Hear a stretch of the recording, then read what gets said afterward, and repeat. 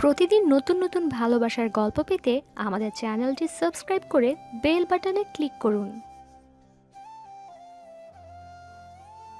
এই রিধি, একটু দেখাও না প্লিজ। খাতা তো সাইডে রাখছি, একটু দেখে লিখো। বুঝতে পারছি না, একটু কাছে সরিয়ে দাও। দিনকানা হয়েছ নাকি? এত কাছের থেকেও দেখতে পাচ্ছ না? থাক, দেখতে হবে না, নিজেই লিখব যা আছে কপালে। আপনার মুরুদ জানা আছে আমার। এই নিন, চুপচাপ লিখুন। ধন্যবাদ। রিধির খাতা দেখে কয়েক সেট প্রশ্নের উত্তর কপি করে নিলাম আমার খাতায়। যাক, পাস মার্কটা হয়ে যাবে। নিজের ঘটের জ্ঞান আর পরে ঘাটের জ্ঞানেই পাশ করে যাব মনে হচ্ছে। ভালোভাবে খাতা জমা দিয়ে আসলাম। রিধিও আসলো আমার পিছু পিছু। এই, তুমি পরীক্ষার হলে এত কথা বলো কেন? এটা বোর্ড পরীক্ষা। যদি খাতা বাতিল করে দেয় তখন কি হবে? আরে দেখতে পারছিলাম না, তাই একটু শুনেছি। কেন, দিনকানা হয়েছ? বাড়ি যেয়ে কচু শাক খাবা। কখনোই ওই কচু শাক খাবো না। খাবে না? তোমাকে জোর করে খাওয়াবো। মানে, তুমি বাড়ি যাবে? হ্যাঁ, যাব। তোমাকে কচু শাক খাওয়ানোর জন্য। শোনো, আমি কিন্তু পরে তোমাকে তোমাদের বাসায় রেখে আসতে পারবো না। তার দরকার নেই। আজকে আমি ওখানেই থাকবো, কাল একসাথে পরীক্ষা দিতে আসবো। ওহ, ঠিক আছে, চলো। অতঃপর রিধিকে নিয়ে একটা রিকশাতে উঠলাম। কিছুটা পথ আসার পরে আমি বললাম, রিধি, তোমার কাঁধে একটু হাত রাখি। না, চুপ মেরে বসে থাকবা। আচ্ছা। ওপস, আপনাদের তো পরিচয়টা দিলাম না। আমি হলাম তানভীর, আর রিধি হলো আমার রাগী বউ। আমরা দুজনেই ইন্টার পরীক্ষা দিচ্ছি। আমরা দুজন দুই কলেজে পড়তাম, আর ভাগ্যক্রমে রিধির পেছনে আমার সিট পড়েছে। আমরা প্রেম করে বিয়ে করেছিলাম, তবে পালিয়ে গিয়েছিলাম টেস্ট পরীক্ষার 3 মাস আগে। তারপর দুই পরিবার আমাদের সুখের কথা ভেবে বিয়েটা মেনে নেয়। তবে আমরা যে যার বাড়িতেই থাকি। তবে রিধি মাঝে মাঝে আসে আমাদের বাড়িতে। যা হোক, চুপচাপ বাড়ির গেটে এসে দাঁড়ালাম। তারপর দরজাতে টোকা দিয়ে মাকে ডাক দিলাম, ও মা, দরজা খোলো। ওই হারামজাদা, শব্দ না করে চুপ করে দাঁড়া আসি। একটু পর মা এসে দরজা খুলে দিল। আরে রিধিমা, ভিতরে আসো। কেমন আছেন মা? জি মা, ভালোই আছি। তবে মাঝে মাঝে বান্দরটা জ্বালাতন করে। তুমি কেমন আছো? মা, তুমি কিন্তু আমার প্রেস্টিজ কুকারের সিটি বাজাচ্ছ। মা, আমিও ভালো আছি। তা হঠাৎ চলে আসলে যে? আসলে আপনার ছেলের দিনকানা হয়ে গেছে, তাই কচু শাক খাওয়াতে আসলাম। ও, ভালো করেছো। যাও গিয়ে একটু রেস্ট করো। হ্যাঁ রিধি, আসো, রেস্ট নিবা। ওই হতচ্ছাড়া, বৌমাকে যেতে বলেছি, তোকে যেতে বলিনি। যা, বাজার করে আন। মা, এইমাত্র পরীক্ষা দিয়ে আসলাম, এখনই বাজারে যেতে হবে? হুম, যেতে হবে। পারবো না, কাল পরীক্ষা আছে, পড়তে হবে। নিজে কত পড়ো, সব তো আমার খাতা দেখেই লেখো। বৌমা, তুমি ভিতরে যাও। আর তানভীর, তুই বাজারে যা। যাচ্ছি, ড্রেসটা চেঞ্জ করে তারপর যাই। আচ্ছা, ঠিক আছে। অতঃপর রিধিকে নিয়ে রুমে আসলাম। এই, এটা কি মানুষ থাকার ঘর? কি অবস্থা করে রেখেছো? যে অবস্থা দেখছো তেমনই। এমন অবস্থা কেন রুমের? গুছিয়ে রাখতে পারো না? না, তুমি গোছাও, আমি যাচ্ছি। হুম তারপর ড্রেস চেঞ্জ করে বাজারের দিকে রওনা দিলাম। লিস্ট অনুযায়ী সব কিছুই কিনে বাড়ি ফিরছিলাম। আসার সময় দেখলাম মাঠে ক্রিকেট খেলা হচ্ছে। ব্যাস, বাজার রেখে আমিও খেলায় নেমে পড়লাম। তারপর খেলা শেষে বাড়ি ফিরলাম। ঘরে ঢোকার জন্য দরজাতে টোকা দিতেই মা ঝাড়ু হাতে দরজা খুলে দিল। আমি অবস্থা বেগতিক দেখে দিলাম দৌড়। তারপর বন্ধুদের সাথে আড্ডায় মেতে উঠলাম। সন্ধ্যার দিকে পকেটে থাকা মোবাইলটা চিৎকার করে উঠল। পকেট থেকে ফোন বের করে রিসিভ করলাম। রিধি ফোন দিয়েছে তাই। বলো, কি হয়েছে? কোথায় তুমি? এক্ষুনি বাড়িতে আসো। বাড়ি গেলে মা পিটানি দিবে। কিছু বলবে না, আমি সব সামলে নিব। আচ্ছা তাহলে আসছি। হুম, দ্রুত আসবা। ওকে। কি আর করার, বাড়িতে ফিরতেই হবে, তাই আর দেরি না করে বাড়িতে চলে আসলাম। মা কিছুই বলল না, সোজা নিজের রুমে চলে আসলাম। দেখি রিধি খাটের ওপরে বসে পড়ছে। এই, তোমার কি কোনো আক্কেল জ্ঞান নেই? কেন? আমি কি করলাম? কি করলাম মানে? কাল পরীক্ষা, আর তুমি সারাদিন বাড়ির বাইরে কাটাচ্ছ। তো কি হয়েছে, তুমি তো আছো। কাল একটু দেখাবো না। সেটা কালকেই দেখা যাবে। তুমি বসো, আমি খাবার আনছি। দুপুরে তো কিছু খাওনি। না, খুব খিদা লেগেছে, জলদি খাবার আনো। আচ্ছা, তুমি একটু অপেক্ষা করো। হুম। রিধি পড়া বাদ দিয়ে খাবার আনতে গেল, আমি শুয়ে মোবাইলে গেমস খেলা শুরু করলাম। সাথে সাথে রিধি খাবার নিয়ে হাজির। এই মোবাইল নিয়ে না বসে একটু বইটা নিয়ে বসতে পারো। হুম, আগে খেতে দাও। এই নাও, হা করো, আমি খাইয়ে দিচ্ছি। আরে তোমাকে কষ্ট করতে হবে না, আমি নিজেই খেতে পারবো। চুপচাপ খাও, একটাও কথা বলবা না, হা করো। অতঃপর রিধি আমাকে খাইয়ে দিল, কিন্তু কি খেলাম বুঝতেই পারলাম না। গল্পে গল্পে খেয়ে নিয়েছি। কি কেমন লাগলো কচু শাক? কি, এতক্ষণ কচু শাক খাইছি? আচ্ছা চলো একটু ছাদে যাই। চলো। তারপর রিধিকে নিয়ে চন্দ্রবিলাস করলাম। তারপর নিচে এসে দুজনে একটু পড়াশোনা করে ঘুমাতে গেলাম। সকালে রিধির ডাকে ঘুম ভাঙল। রিধিকে দেখে মনে হলো কেবলমাত্র গোসল করে আসলো। আমিও লোভ সামলাতে পারলাম না, ওকে টেনে আমার বুকে আনলাম। এই কি করছো, ছাড়ো, দেরি হয়ে যাচ্ছে তো। তাড়াতাড়ি রেডি হও, পরীক্ষা দিতে যেতে হবে। তা তো যাবই, কিন্তু আজকে আমার বউটাকে অনেক সুন্দর লাগছে। আগে মনে হয় খারাপ লাগতো। না, তবে আগের থেকে এখন বেশি সুন্দর লাগছে। হয়েছে, আর দরদ দেখানো লাগবে না। একটা পাপ্পি দাও না। উম, 2। ঘুম থেকে উঠে দুজনে নাস্তা করলাম, পরীক্ষা দিতে যাওয়ার জন্য রেডি হচ্ছি। ওই, এত সেজেগুজে পরীক্ষার হলে যাচ্ছ নাকি মেয়ে পটাতে? কি বলো, মেয়ে পটিয়ে কি করব? একটাকে তো পটিয়েছি, আর কি দরকার? কি, তুমি ঘরে বউ রেখে আবার অন্য মেয়ের সাথে প্রেম করছো? কই প্রেম করছি? এই যে বললে একটা মেয়েকে পটিয়েছি। আরে আমি তো তোমার কথাই বলেছি। সত্যি তো? একদম সত্যি।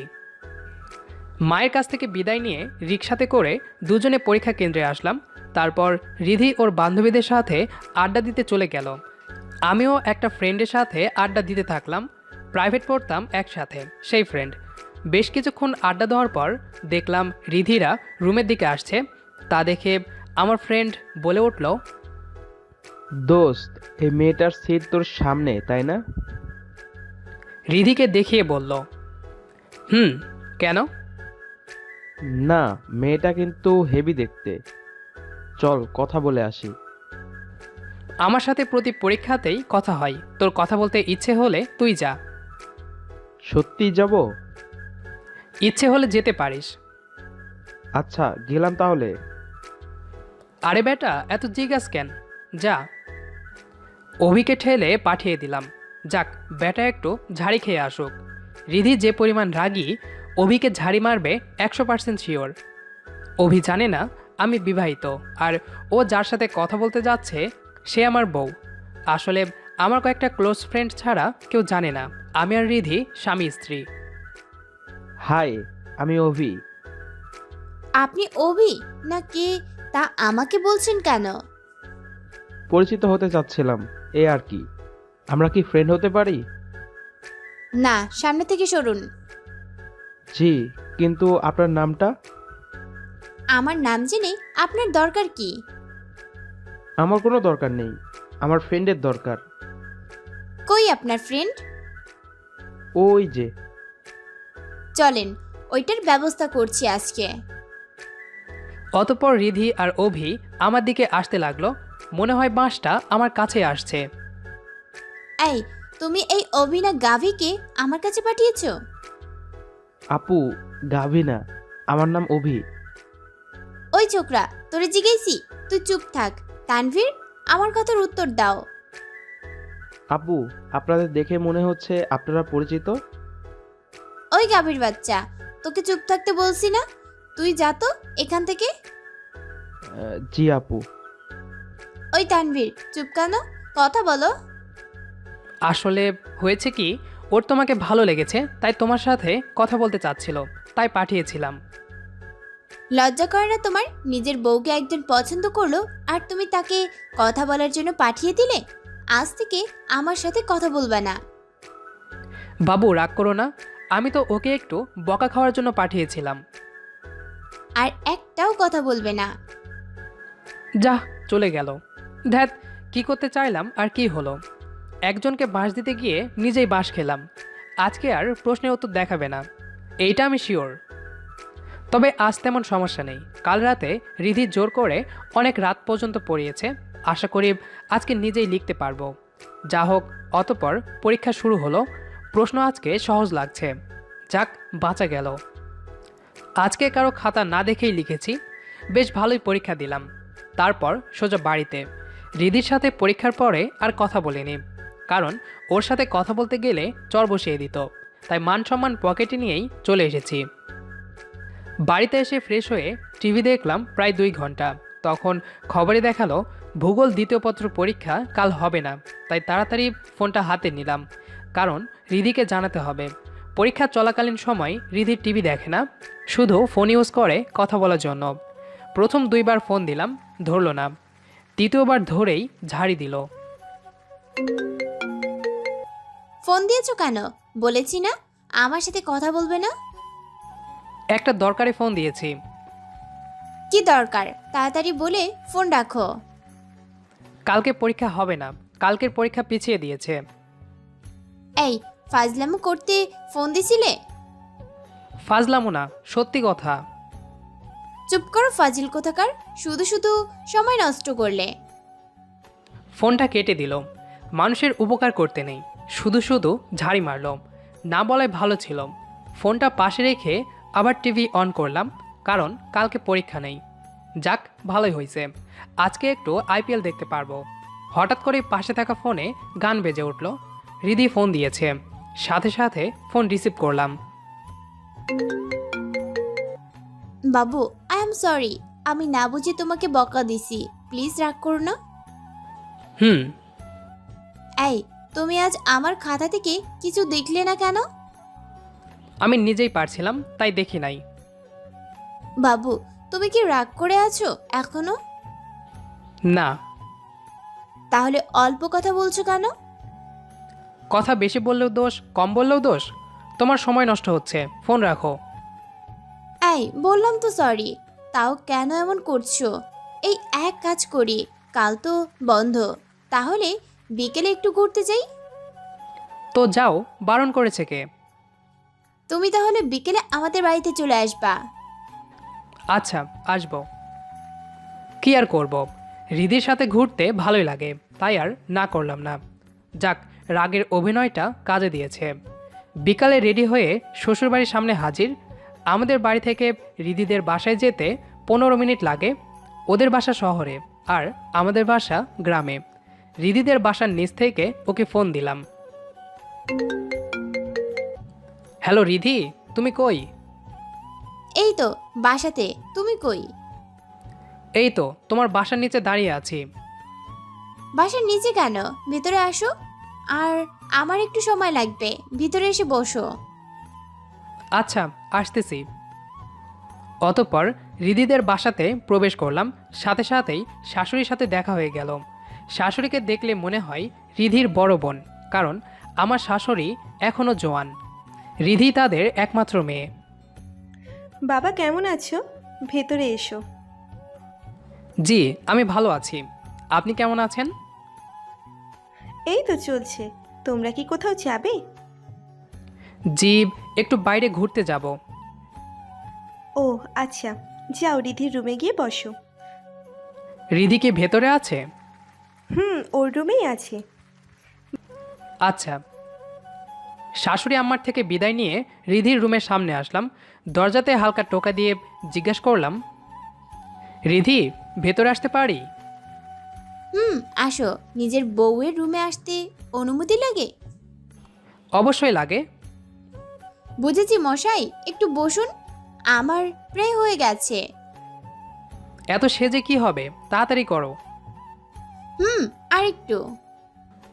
রিধি আমাকে একটু সময়ের কথা বলে পাক্কা 15 মিনিট বসিয়ে রাখলো। আটা, ময়দা, সুজি, সোয়াবিন তেল সব কিছু গালে ঘষলো। তারপরও ভালোই লাগছে। আমার হয়ে গেছে। এবার চলো বেরিয়ে পড়ি। চলো, কিন্তু কোথায় যাবে? চলো আশেপাশে কোনো একটা পার্কে ঘুরে আসি। ওকে। অতঃপর রিধিকে নিয়ে নলডাঙ্গা রাজবাড়ি রিসোর্টে চলে আসলাম। পার্কটা নতুন, তবে অনেক সুন্দর। বেশ কিছুক্ষণ ঘুরে দেখলাম। এই চলো ঝালমুড়ি খাই। আচ্ছা চলো। আমাদের এখানে ঝালমুড়িটা খুব ভালো তৈরি করে, আর আমার আর রিধির দুজনেরই ঝালমুড়ি প্রিয় খাবার।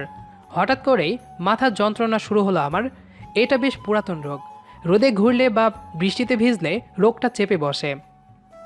প্রচণ্ড মাথা ব্যথা শুরু হবে বুঝতে পারলাম, তাই রিধিকে বাড়িতে ফিরে আসার কথা বললাম। রিধি, অনেক ঘুরেছি, চলো বাসাতে যাই। ওই দিকটা এখনো যাইনি, চলো ওই দিকটা দেখে চলে যাব।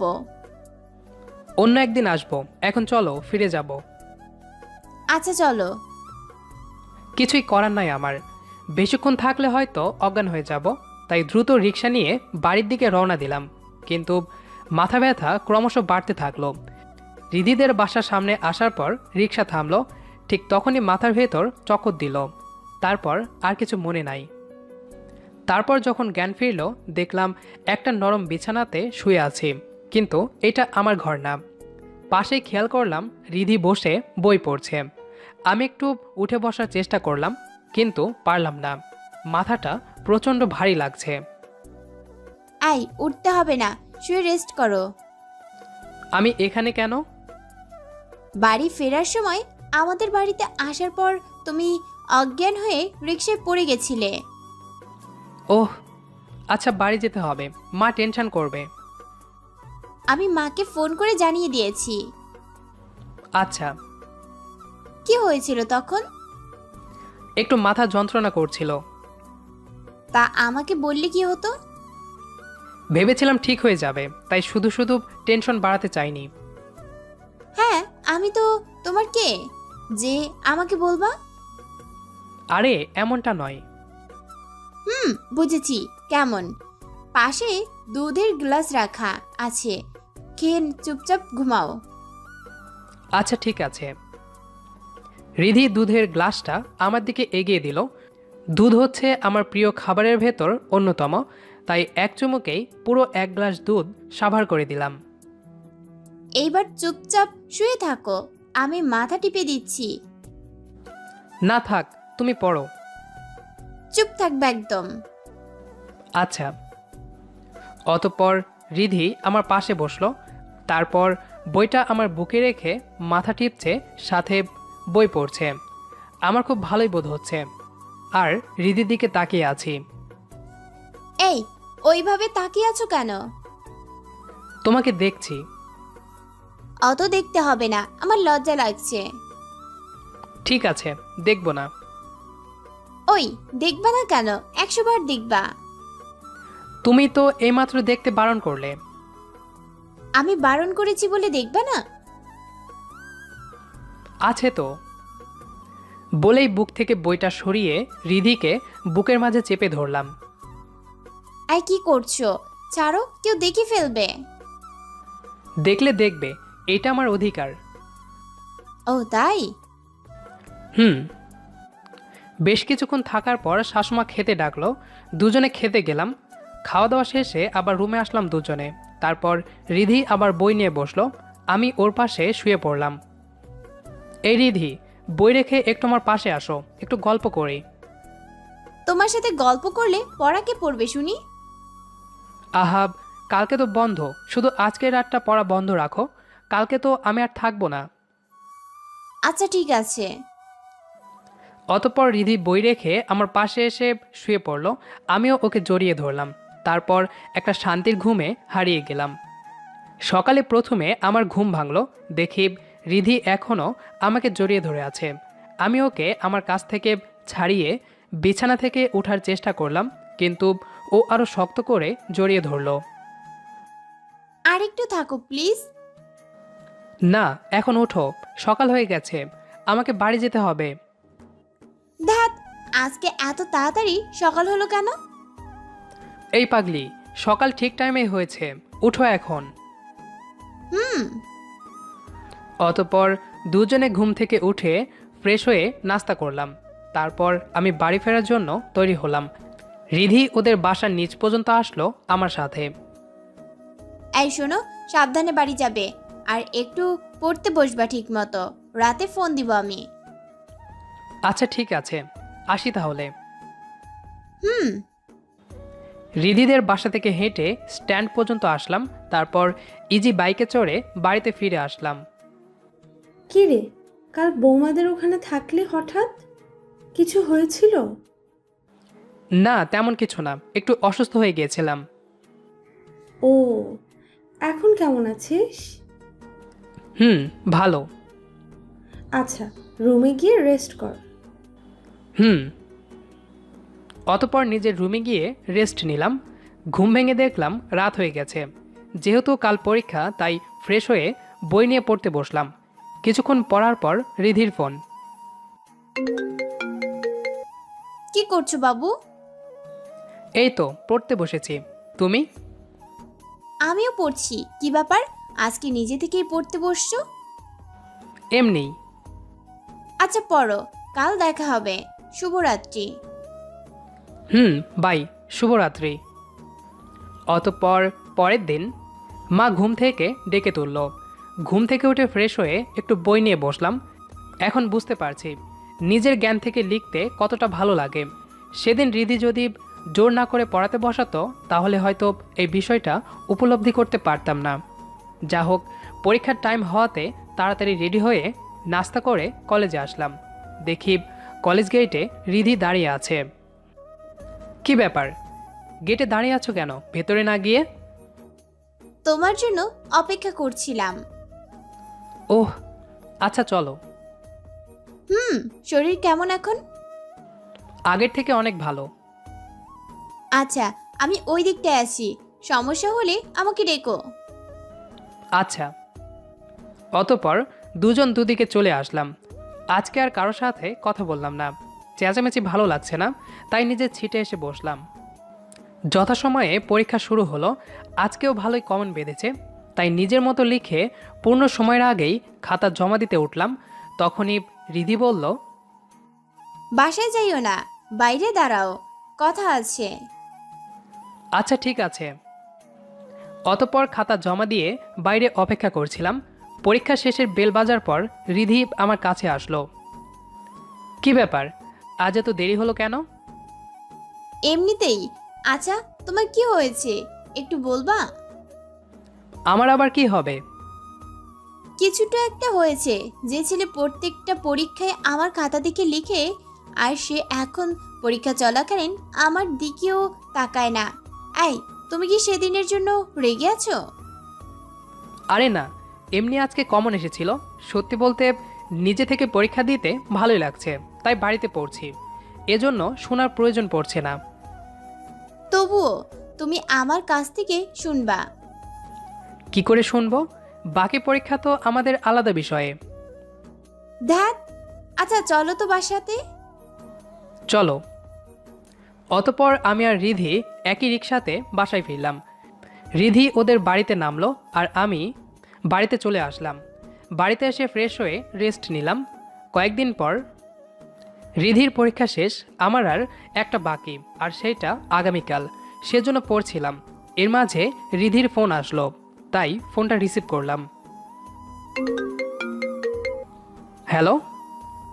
হ্যাঁ, আমার বরটা কি করছে এখন? পড়তেছি। আমার বউটা কি করছে? তোমার বউটা এখন রান্না করছে। আর তার বরের সাথে কথা বলছে। ওহ, তা আমার বউটা কি রান্না করছে শুনি? ইলিশ মাছ ভাজি আর আলু পোস্ত। আহ, জিহ্বাতে জল চলে এসেছে, খুব লোভ হচ্ছে খেতে। তাই তাহলে চলে আসো, খেয়ে যাও। না, এত রাতে আর যাচ্ছি না, তাছাড়া কালকে আবার পরীক্ষা। আরে আসো তো, খেয়ে যাও। তোমার খেতে ইচ্ছে করছে যখন, তাহলে আসো, আমরা একসাথে খাবো। না থাক, রাতের বেলা আর যাচ্ছি না। এই, তুমি যদি না আসো তাহলে কিন্তু আমি খাবো না। এখন ভেবে দেখো কি করবা। এই পাগলি, জেদ করো না। এত রাতে কি যাওয়া সম্ভব? আর এত রাতে তোমাদের বাসায় গেলে মানুষ কি ভাববে? নিজের শ্বশুরবাড়ি যখন খুশি তখন আসবে, এতে মানুষের যা ভাবার ভাববে। এখন বলো আসছো কি না। এই, না গেলে হয় না? কাল পরীক্ষা আছে, এত রাতে যে আবার ফিরে আসাটা একটু সমস্যা না? এক কাজ করো, বই আর অ্যাডমিট কার্ড নিয়ে চলে আসো। সকালে এখান থেকেই পরীক্ষা দিতে চলে যেতে পারবে। আসতেই হবে? আসতে হবে, খুব ক্ষুধা লেগেছে, তাড়াতাড়ি আসো, একসাথে খাবো। আচ্ছা। অতঃপর রিদিদের বাসায় যাওয়ার জন্য রেডি হয়ে নিলাম। তাড়াতাড়ি ওদের বাসায় যেতে হবে, না হলে রিধি না খেয়ে বসে থাকবে। কিন্তু এই রাতে গাড়ি পাওয়া খুব কষ্ট। মা, ও মা, কি হয়েছে, ডাকছিস কেন? শোনো, আমি রিদিদের বাসায় যাচ্ছি, রাতে ফিরবো না। এই রাতের বেলা বৌমাদের ওখানে কি করতে যাচ্ছিস? কোনো সমস্যা? সমস্যা নয়, এমনি রিধি যেতে বলেছে তাই যাচ্ছি। আচ্ছা, সাবধানে যাস। হুম। মায়ের কাছ থেকে বিদায় নিয়ে গাড়ির জন্য অপেক্ষা করতে থাকলাম, কিন্তু দীর্ঘক্ষণ অপেক্ষা করার পরও গাড়ি পেলাম না। তাই বাধ্য হয়ে সাইকেল নিয়ে বেরিয়ে পড়লাম। অর্ধেক পথ আসার পর একটা গাড়ি আমাকে ধাক্কা দিয়ে চলে গেল। পিচ রাস্তার ওপরে পড়ে যাওয়াতে হাত পা বেশ খানিকটা কেটে গেল। সেই অবস্থায় রিদিদের বাসাতে চলে আসলাম। দরজাতে টোকা দিতেই শাশুমা দরজা খুলে দিলেন। আমি যতবার এখানে এসেছি ততবারই ইনি দরজা খুলে দিয়েছেন। বাবা আসছো তুমি? রীতি সেই কখন থেকে না খেয়ে বসে আছে তোমার সাথে একসাথে খাবে বলে। ওহ, কথাটা বলেই আমি ভেতরে ঢুকলাম। এবার শাশুমা আমার দিকে খেয়াল করলেন। এ কি, তোমার হাত পা কাটলো? এই, এসব কিভাবে হলো? আসার সময় রাস্তার একটা গাড়ির সাথে ধাক্কা লেগেছিল। ও, অনেকটা কেটেছে। রিধিমা, ওকে তোমার রুমে নিয়ে গিয়ে মেডিসিন লাগিয়ে দাও। আচ্ছা মা। অতঃপর রিধি আমাকে ওর রুমে নিয়ে আসলো। এবার মেডিসিন এনে আমার ক্ষতস্থানে লাগিয়ে দিচ্ছে আর কাঁদছে। এই পাগলি, কাঁদছো কেন? আমার জন্য তুমি এত কষ্ট পেলে? আরে পাগলি, এতে তোমার দোষ কোথায়? যা হওয়ার তা হয়ে গেছে, এতে কারো হাত নেই। তবুও আমি জেদ করে তোমাকে আসতে না বললে এমনটা হতো না। আমার জন্য তুমি বারবার সমস্যায় পড়ছো। বারবার সমস্যায় পড়ছি মানে? এই যে আগের দিন আমার কথায় পার্কে যে অসুস্থ হলে, আবার আজকে আসতে বলার কারণে এমন একটি দুর্ঘটনায় পড়লে, এইসব কিছুর জন্য আমিই দায়ী। মোটেও না। আচ্ছা বাদ দাও, ক্ষুধা লেগেছে, খেতে চলো। আচ্ছা, তুমি এখানে বসো, আমি খাবার আনছি। আচ্ছা। অতঃপর রিধি আমাকে রেখে খাবার আনতে চলে গেল। কিছুক্ষণ পর আবার খাবার নিয়ে ঘরে ফিরে আসলো। তারপর খাবার টেবিলে রাখলো। এবার আমরা খেতে বসলাম। আমি খাবার সামনে বসে আছি, তা দেখে রিধি বলে উঠল, কি হলো, বসে আছো কেন? খাওয়া শুরু করো। কেউ যদি খাইয়ে দিত তাহলে প্রিয় খাবার আরও স্বাদের হতো। হয়েছে, নাও হা করো। হ্যাঁ। তারপর রিধি আর আমি খাওয়া শেষ করে অল্প একটু বই পড়ে ঘুমের দেশে হারিয়ে গেলাম। সকালে ঘুম ভাঙলো রিধির ডাকে, কিন্তু গতকালকের অ্যাক্সিডেন্টের কারণে ব্যথায় বিছানা ছেড়ে উঠতে পারছিলাম না। রিধি ব্যাপারটা আন্দাজ করতে পেরে বলল, কি হলো, শুয়ে আছো যে? কোনো সমস্যা হচ্ছে? শরীর প্রচণ্ড ব্যথা, হাত পা নাড়াতে পারছি না, আমাকে একটু উঠে বসতে সাহায্য করো। আচ্ছা, আমাকে ধরে ওঠো। হুম। রিধির সহযোগিতায় কোনো রকম বিছানাতে উঠে বসলাম। এই আস্তে আস্তে উঠে গিয়ে ফ্রেশ হয়ে নাও, আমি নাস্তা আর পেইন কিলার নিয়ে আসছি। আচ্ছা ঠিক আছে। রিধি রুম থেকে চলে গেল নাস্তা আনতে। আমিও আস্তে আস্তে ওয়াশরুমে গিয়ে ফ্রেশ হলাম। তারপর রুমে এসে সোফাতে বসলাম। রিধিও খাবার নিয়ে রুমে আসলো। তারপর দুজনে একসাথে নাস্তা করলাম। নাস্তা শেষে রিধি বলল, এই তুমি এখানে বসে বইটা রিভাইজ করতে থাকো, আমি আসছি। আচ্ছা। কিছুক্ষণ বইটা রিভাইজ করলাম। এদিকে পরীক্ষার সময় ঘনিয়ে আসলো, তাই পড়া বাদ দিয়ে পরীক্ষা দিতে যাওয়ার জন্য রেডি হলাম। এবার রিধি রুমে আসলো। কি ব্যাপার, তুমি রেডি? আমি তাহলে আসি। একটু অপেক্ষা করো, আমি রেডি হয়ে আসছি। তুমি রেডি হয়ে কোথায় যাবে? তোমার সাথে যাব পরীক্ষা কেন্দ্রে। আরে তোমাকে যেতে হবে না, আমি একাই যেতে পারবো। একদম চুপ থাকবা, আমি যাব তোমার সাথে। অপেক্ষা করো, আমি আসছি। আচ্ছা। অতপর আমি কেন্দ্রের ভেতরে প্রবেশ করলাম। যথাসময়ে পরীক্ষা শুরু হলো। ভালোই কমেন্ট এসেছে, কিন্তু হাতে ব্যথার কারণে লিখতে কষ্ট হচ্ছে, তাই অল্প অল্প করে সব প্রশ্নের উত্তর করলাম। তারপর সোজা কেন্দ্রের বাইরে আসলাম।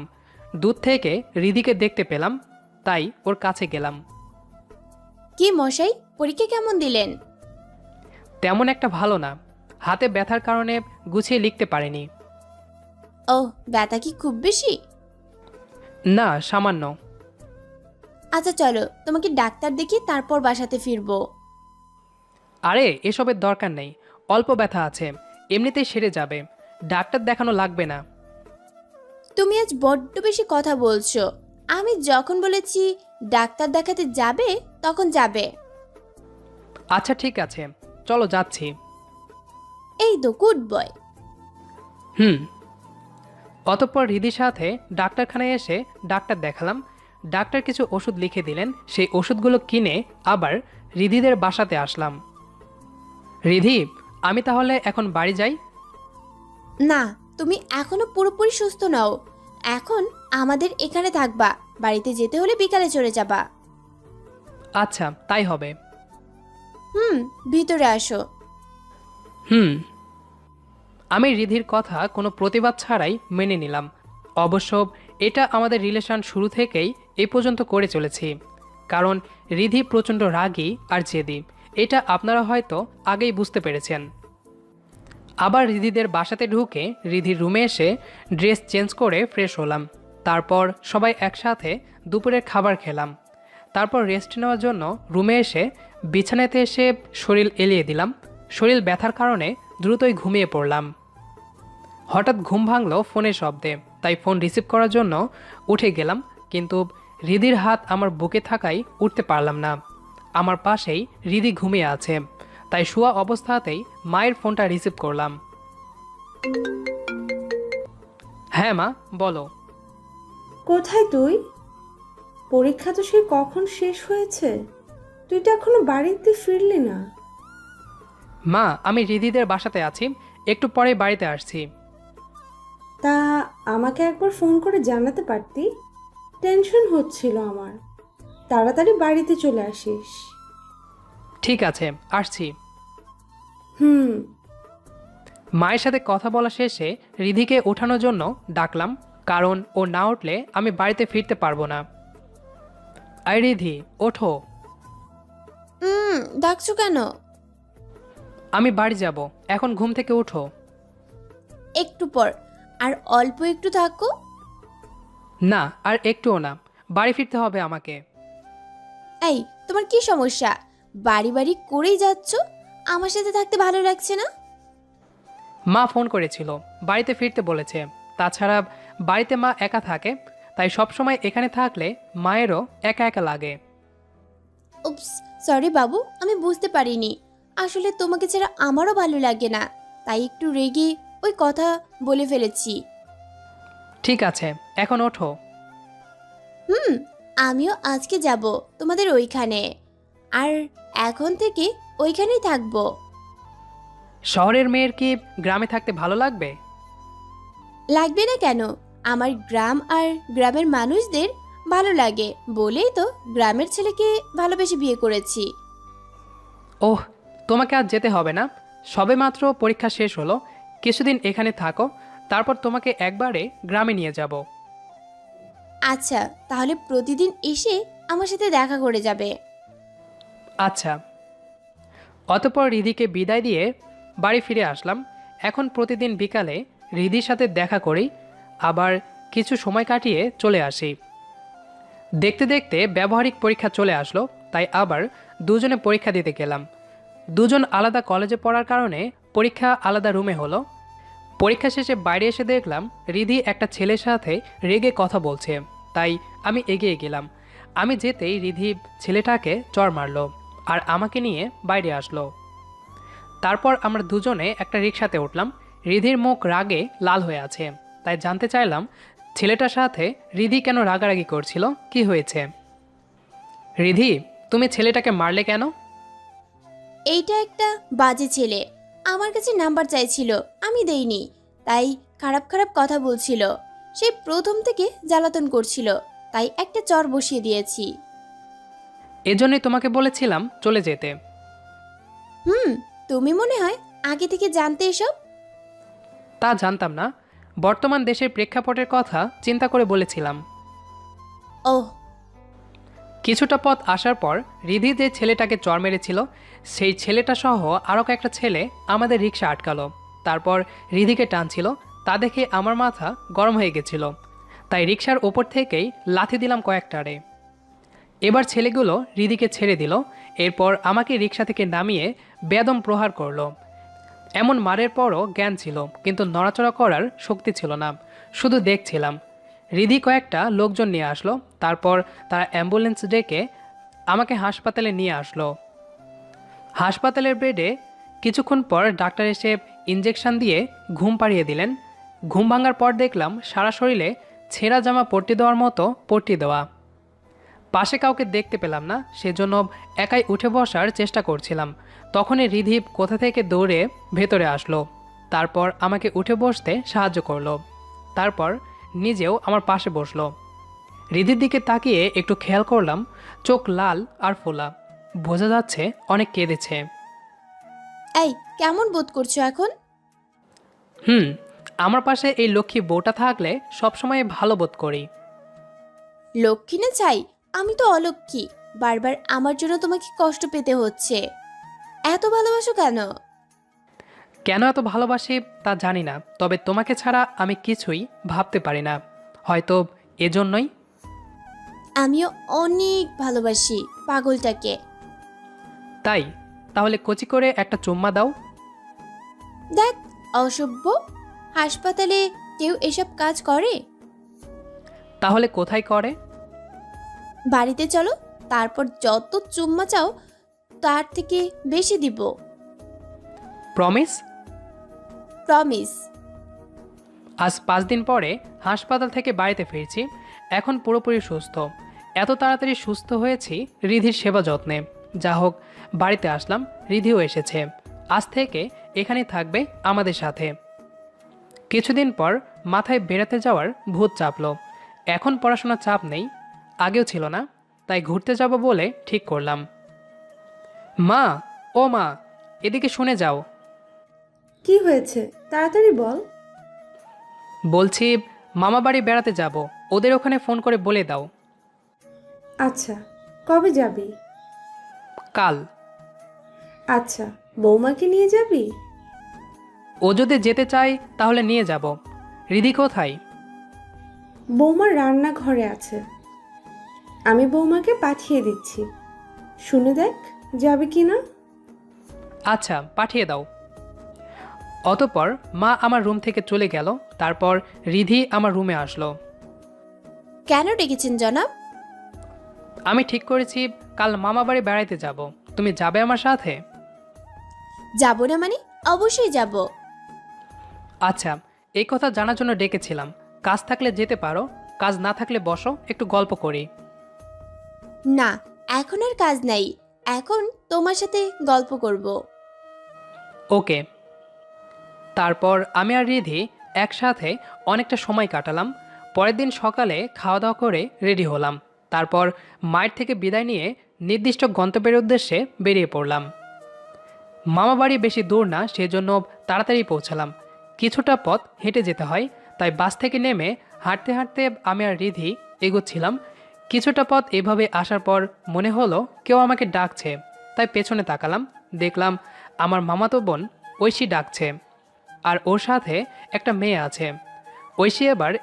ঐশী এবার নবম শ্রেণীর ছাত্রী। আমরা ঐশীকে দেখে দাঁড়িয়ে গেলাম। তারপর ঐশী আর ওর সাথে থাকা মেয়েটা আমাদের কাছে আসলো। ভাইয়া কেমন আছিস? ভাবি তুমি কেমন আছো? আমি হলাম ভাইয়ার মামাতো বোন। ও, আমরা ভালো আছি, তুমি কেমন আছো? আমিও ভালো আছি। ভাইয়া দেখ তো, ওকে চিনতে পারছিস কি না? না, ঠিক মনে করতে পারছি না। কে ইনি? ভুলে গেছিস? এই সেই তিথি, তুই যার ক্রাশ ছিলি। ওহ, মনে পড়েছে। কেমন আছো তিথি? বেচারি কেমনে ভালো থাকবে বল? তুই ওকে প্রেমের আগেই ছ্যাঁকা দিয়ে দিছিস। মানে? তুই ওকে রেখে বিয়ে করে ফেলেছিস। ওহ। তারপর আমরা সবাই একসাথে মামা বাড়িতে আসলাম। রাস্তায় রিধি একটাও কথা বলেনি, দেখে বোঝা যাচ্ছিল প্রচণ্ড রেগে আছে, তাই আমিও আর কিছু বলিনি।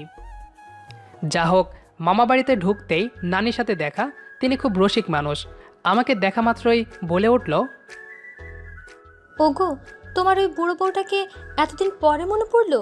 নতুন বউ পেয়ে বুঝি পুরনোটাকে ভুলে গেছো? না গো বউ, তোমাকে কি করে ভুলি? তুমি তো আমার প্রথম ভালোবাসা, তাই তো তোমাকে দেখতে চলে এলাম। তাই বুঝি? এত ভালোবাসা? হুম। শুধু আমাকে ভালোবাসলে হবে? আমার সতীনটাকেও তো একটু ভালোবাসতে হবে। দুজনকেই অনেক ভালোবাসি। যাও, এবার তোমরা ফ্রেশ হয়ে নাও। ওকে। অতপর আমরা ফ্রেশ হয়ে খাওয়া দাওয়া করলাম। তারপর রুমে এসে দুজনে বিশ্রাম নেওয়ার জন্য শুলাম। এখানে আসার পর থেকে রিধি আমার সাথে একবারও কথা বলেনি। এই রিধি, কথা বলছো না কেন? কি হয়েছে? আমি কথা না বললে কি হয়েছে? তিথি তো কথা বলছে, যাও ওর সাথে কথা বলো। ও তো আমার থেকে সুন্দর, শুধু শুধু আমাকে কেন বিয়ে করলে? দেখলাম তো, ওকে পেয়ে আমার দিকে একবারও ফিরে তাকালে না। আরে পাগলি, শুধু শুধু রাগ করছো তুমি। মেয়েটা অনেক ভালো, তাছাড়া অনেক দিন পর দেখা, তাই একটু কথা বলেছি। অনেকদিন পর পুরনো প্রেম আবার জেগে উঠেছিল। রিধি, এবার কিন্তু বেশি হয়ে যাচ্ছে। ওর সাথে আমার কোনো প্রেম ছিল না, শুধু ও আমাকে পছন্দ করতো। থাক, আমাকে আর বোঝাতে হবে না। তুমি তো বেশিই বুঝো।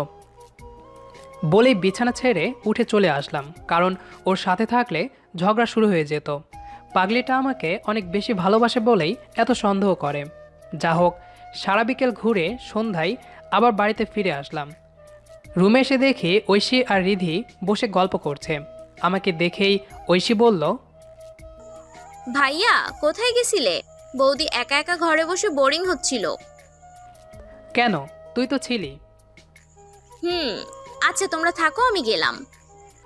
তোকে কোথাও যেতে হবে না, তোরা গল্প কর, আমি চলে যাচ্ছি। বলেই ছাদে চলে আসলাম। বেশ কিছুক্ষণ থাকার পর কেউ আমাকে জড়িয়ে ধরলো। বুঝলাম এটা রিধি, কিন্তু আমি কোনো কথা বললাম না। ভাবলাম একটু রাগের অভিনয় করব। বাবু সরি, তুমি তো জানো আমি তোমাকে অন্য মেয়ের সাথে দেখলে সহ্য করতে পারি না, তাই রাগ করে তোমাকে খারাপ কথা বলে ফেলেছি। এই সরি তো, কথা বলো প্লিজ, না হলে কিন্তু কান্না করব। কেন আমাকে কথা বলতে হবে? আমি তো তোমাকে ভালোবাসি না। না, তুমি আমাকে অনেক ভালোবাসো। তাই? তাহলে চলো, আজকে আরো বেশি ভালোবাসবো। আই ফাজিল, একদম দুষ্টুমি করবে না। আমি রিধির কথায় কান্না দিয়ে ওকে কোলে তুলে রুমে নিয়ে আসলাম। আজকে আবার নতুন করে বাসর করব। Bye bye. গল্পটি কেমন লেগেছে কমেন্ট করে জানাবেন, আর নিয়মিত এরকম গল্প শুনতে চ্যানেলটি সাবস্ক্রাইব করে আমাদের সাথেই থাকবেন। ধন্যবাদ সবাইকে।